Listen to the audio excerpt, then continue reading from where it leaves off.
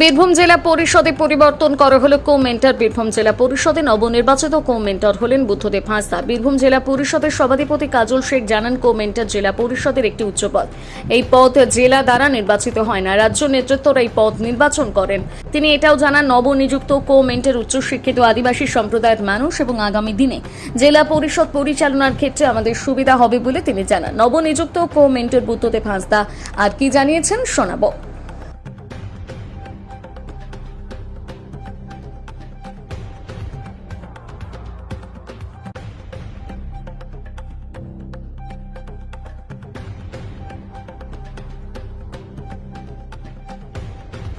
বলো বলো। হ্যাঁ,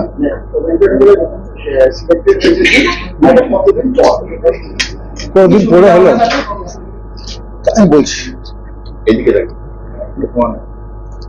দেখুন, কো-মেন্টর যে পদ, জেলা সভাধিপতি, সহ সভাধিপতি, মেন্টর, কো-মেন্টর, ডিএম, এসপি, এইসব পদগুলো জেলা থেকে নির্বাচিত হয় না। এগুলো জেলার প্রশাসনিক সর্বোচ্চ পদ।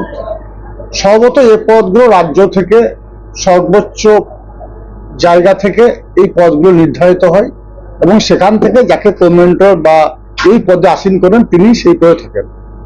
তো আমাদের গর্বের বিষয় এটাই যে কো-মেন্টর হিসাবে আমরা যাকে পেয়েছি বর্তমানে তিনি আদিবাসী সম্প্রদায়ের মানুষ এবং উচ্চশিক্ষায় শিক্ষিত।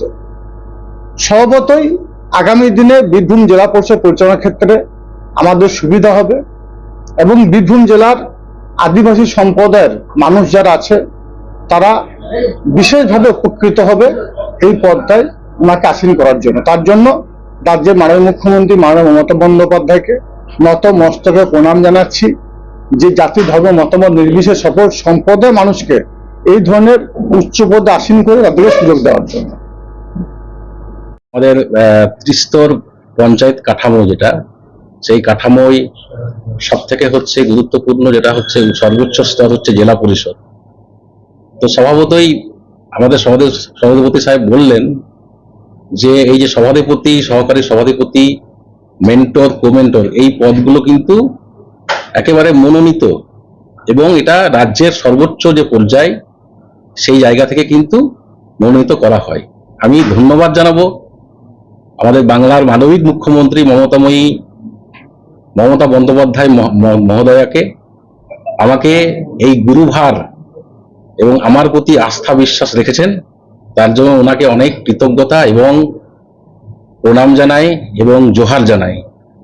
এবং আমি যেহেতু আদিবাসী সমাজ থেকে এসছি, আমাদের বাংলার মানবিক মুখ্যমন্ত্রী মমতা বন্দ্যোপাধ্যায় আদিবাসী সমাজের জন্য অনেক উন্নয়নমূলক কাজ করে চলেছেন এবং আশা রাখবো আমি যেহেতু বীরভূমের একটা উন্নয়নের শরিক হলাম, উন্নয়নের টিমের সঙ্গে আমি যুক্ত হলাম এবং অবশ্যই চাইবো যে আদিবাসী সমাজের জন্য আরো বেশি করে কাজ উনি আমাদের এখানে কাজ করবেন এবং উন্নয়নের যে ধারা, বীরভূম জেলা পরিষদের উন্নয়নের যে ধারা রয়েছে সেই ধারাকে আরো এগিয়ে নিয়ে যাওয়ার জন্য আমার তরফ থেকে যে সমস্ত সুপরামর্শ দরকার প্রয়োজন রয়েছে জেলা পরিষদের এবং আমাদের আধিকারিকরা রয়েছেন, ডিএম সাহেব রয়েছেন, এডিএম সাহেব রয়েছেন, সকলেই যেটা চাইবেন অবশ্যই আমি আমার দিক থেকে সুপরামর্শ এবং দেব।